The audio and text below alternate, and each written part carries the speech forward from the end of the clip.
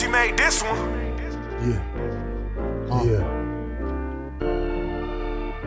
Beats in life. That's right. From the very beginning, the first sound is the beat of the heart. The sound of life is only right. Let the beat is the start. We embark on the life of making memories of sounds. In our mind, when we find we can make it with bound. We experience, experiment until it's a passion. You find your sound vigilant. Just master what you practice. The passion becomes more when you develop your repertoire. There's purpose in the making of these beats. What we do it for. Energy made this one. Yeah. What up, everybody? Yeah, so I was just scrolling on these, YouTube streets and caught this video. Shout out to Art of Dialogue. I watch his channel a lot. I added the original video in the description for everybody that want to go over there to Art of Dialogue. Great informative channel. Love what he doing over there. It's great. I think he based in Houston, so it makes sense that he's interviewing a lot of Houston artists. Slim Thug, one of my favorite artists, and what Slim Thug is going to break down in this video clip is how the music industry works. The music industry, if y'all don't know, I'm in the music industry. I manage Energy Beats. I manage YSR Grams. I manage 3200 Trey. I manage Grindhard E as well, and a bunch of other producers. Beats by Sav, Baby on the Track, Pablo 616, Lorenz, JR 808. Those are my top, but I got others that I manage. Either way, this video clip, Slim Thug sharing his experience in the music industry, he's gonna give y'all a lot of insight on how this music industry is fake, and I can attest to that. So that's why I wanted to share my experience in the music business so far. It's been like exactly like how Slim Thug explained it in here. But then after the video, I'm gonna give y'all my add some extra commentary to my experience in the music business. So check it out.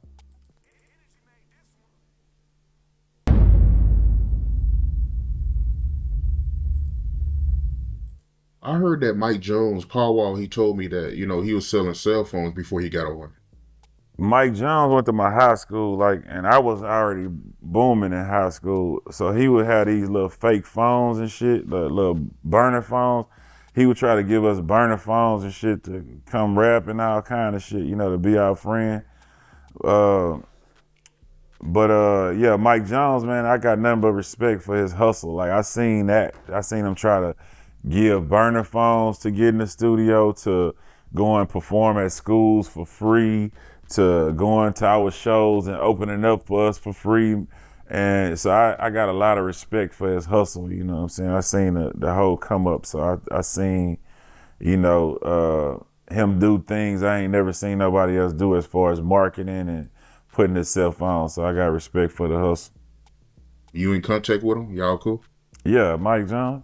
Everybody, bro. I'm cool with everybody. Like, I ain't never fell out with nobody. We always been cool. Like, yeah, I talk to whoever. Yeah, shout out to Mike Jones, man. He had some dope ass records, man. I feel like they did him dirty when he was at his height. They did. Hey, man, uncool. That's another thing. Mike Jones taught me so much, like, without teaching me, right? So it's like I say, I got to see his whole come up. And he was the one, like, when we was blowing up, like, everybody was Mike Jones, because he had the catchy phrase and the number. So you would see the celebrities and shit, like, I'll be bopping out Mike Jones and saying his name and kicking it with him and doing everything. And then they just flipped on him. Everybody just turned their back on him, kind of. It seemed like everything just, flipped. And that really showed me the Hollywood crowd, from the labels to the celebrities, all that shit fake, all them fake, you know what I'm saying? And that's when I really realized I ain't want no parts of that world, because when he was the man, everybody was, oh, Mike Jones. But it was like, right after that, everybody cut him out, from the celebrities to the labels. They don't answer calls, everybody went bad, you know what I'm saying? So it showed me how fake that world is over there. And I got to learn a valuable lesson off of that, and it showed me that, yeah, it wasn't real. So I thank him for, for that lesson. Yeah, they was on his nuts like crazy when he was hot. Exactly. So, he showed me how fake the world could be.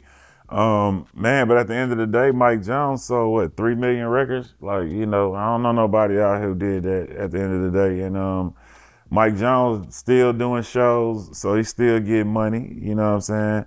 So people hate, but at the end of the day, shit, we dropped Still Tipping 03, 02, shit. We still doing shows, still getting money to this day. I'm 45 right now. That's crazy. I was 23, 25 when I made that record, you know what I'm saying? So to be able to do that shit for 20 years, it's a blessing. Mike Jones the same way. He always booked doing shows on tour. It's a blessing. Paul Wall is sold the fuck out. So it's like, you know what I'm saying? Just imagine that. We did this shit 20 years ago and still, you know what I'm saying, tipping. We still tipping. Yeah, so that's a little insight on how this music business work, just in general. So it's bigger than Slim Thug and Paul Wall and Mike Jones and Chamillionaire, that whole Houston scene, that whole, that whole era, from Screwed Up Click to, to him and Mike Watts, DJ Mike Watts, and everything they did, on the other side of Houston. So, that whole thing, man, like, that whole thing he spoke on is basically industry-wide. This is how everybody gonna go through it, to some degree or not. If you weather that, a lot of times what ends up happening seem to me that, if you get bigger throughout the years, and it seemed to me like some type of scandal always come about, I don't know if that's valid. You know what I mean? I don't know if that's, it just seemed like if you, once you weather the whole, how the industry fake and shit, you weather that and stay relevant, it seemed to me like it's some bullshit that pop off. Not all the time, but it just, I don't know, man. The thing of it is, I can give y'all my experience so far in the music business. Coming from a relatively, unheard of music scene at this time. We had our errors. We had MC Breed, Dayton Family, all of that. But this new Flint scene, we kind of merged in with Detroit, right? So we kind of like one thing at this point. So, but our branch, Flint, is distinct. So we come from a very small, depressed city, that we're not used to shit. We're not used to no kind of good shit happening here in Flint. So when it did happen, when it popped off in 2020, man, I just remember managing Energy's, helping manage his Instagram, getting all of these DMs from every record label, every single one of them. Publishing, they want to. Hey, you want to sign a pub deal? We didn't know, we had to educate ourselves on all of this. And this is kind of like where having a good manager, having good lawyers, having good people on your team to help guide you through this is so priceless. It's so beneficial. So we assembled a team before we did anything, But my experience in the music business, I did have enough wherewithal to set up the publishing, to set up all of the stuff on the back end for Energy. So we had that going for us anyway.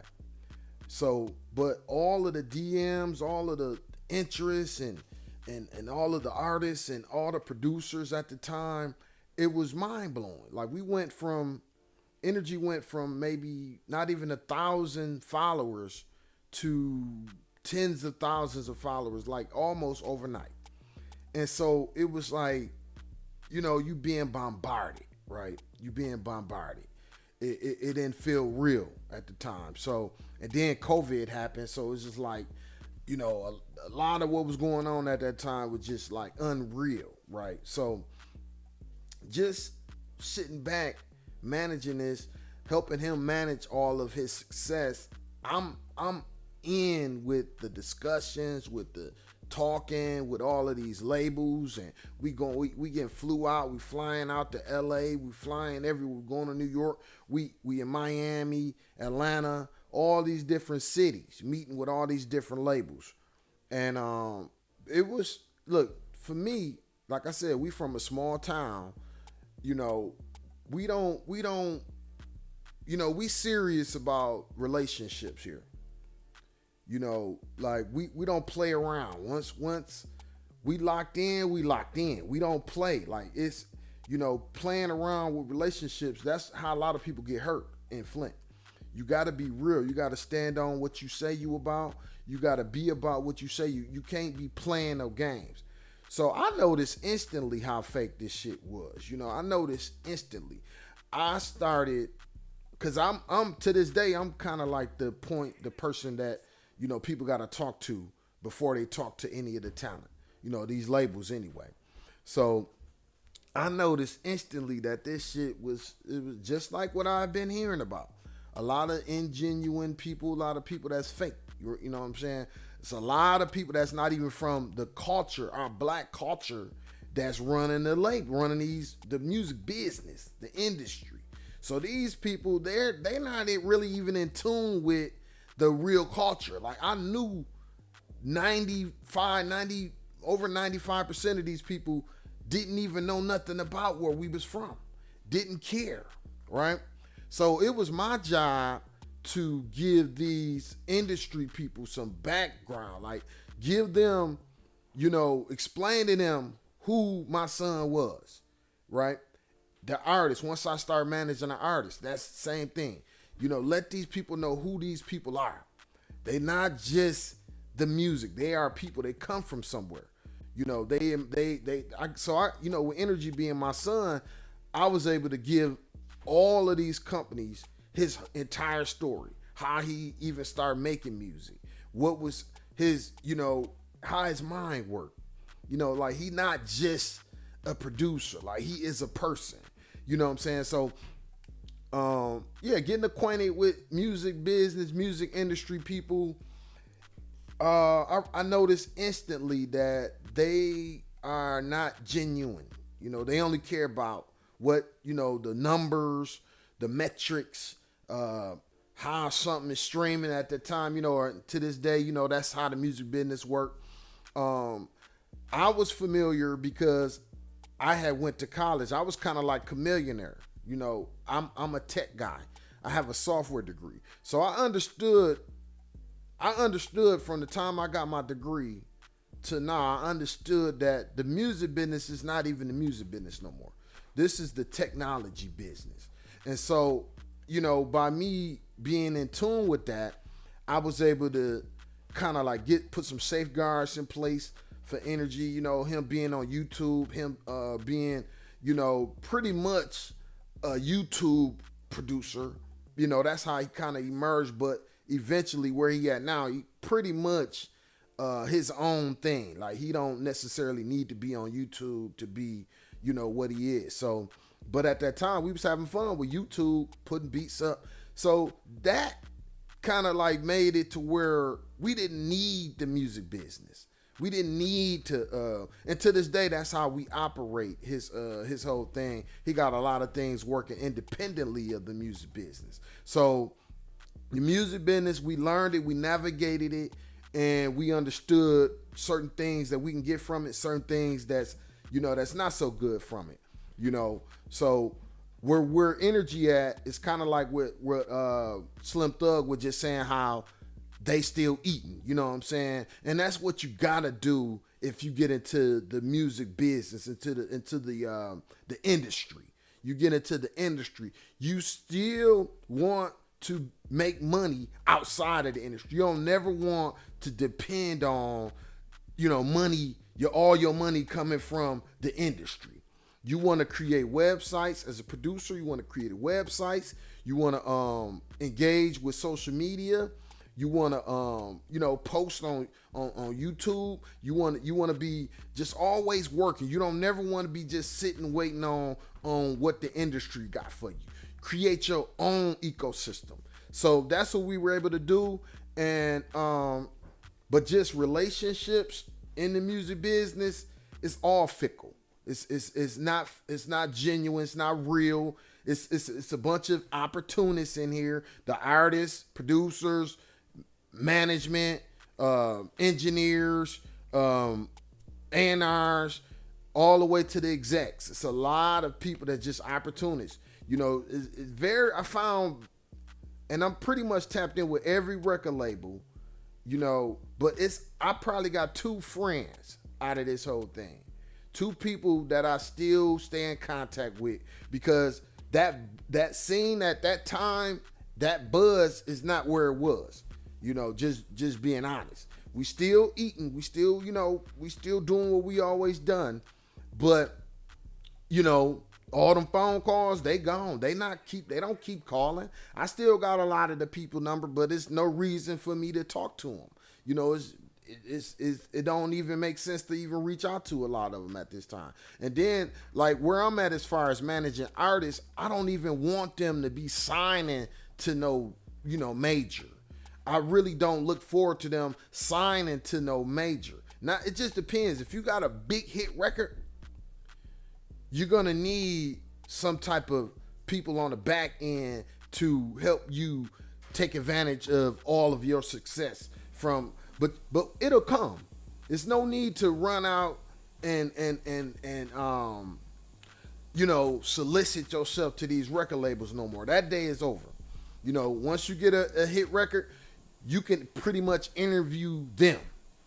You interview them to see who you want to, who you want to help you, and at that point, that's kind of like what I'm here for. I'm here to like be the one to say, nope, this group, these, and none of these people are malicious, that I know of.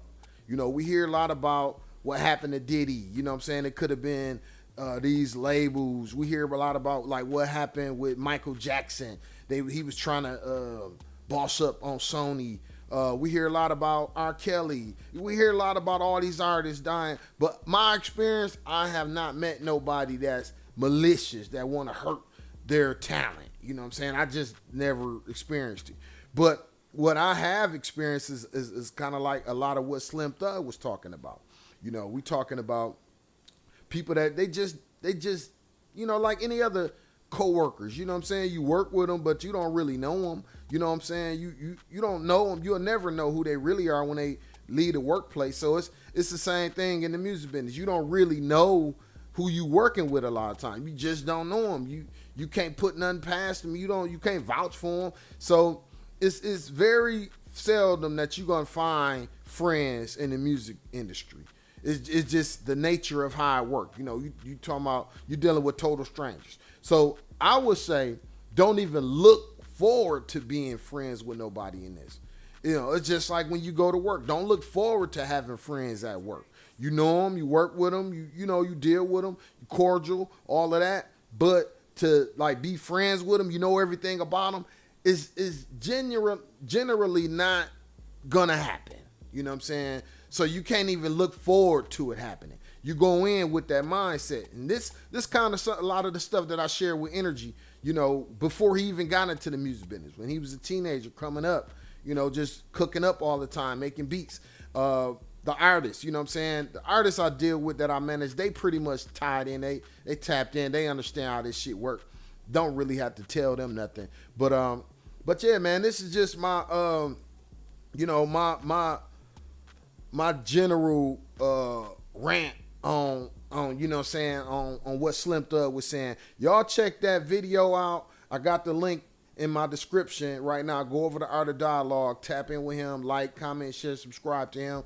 And before you leave, if you like if you like anything that I'm doing with this channel and the content, like, comment, share, subscribe. I'll be back with more Beats and Life, baby. Energy made this one. Yeah. Beats and Life. From the very beginning, the first sound is the beat of the heart. The sound of life is only right, let the beat is the start. We embark on a life of making memories of sounds. In our mind, when we find, we can make it with sound. We experience, experiment until it's a passion. You find your sound vigilant, just master what you practice. The passion becomes more when you develop your repertoire. There's purpose in the making of these beats, what we do.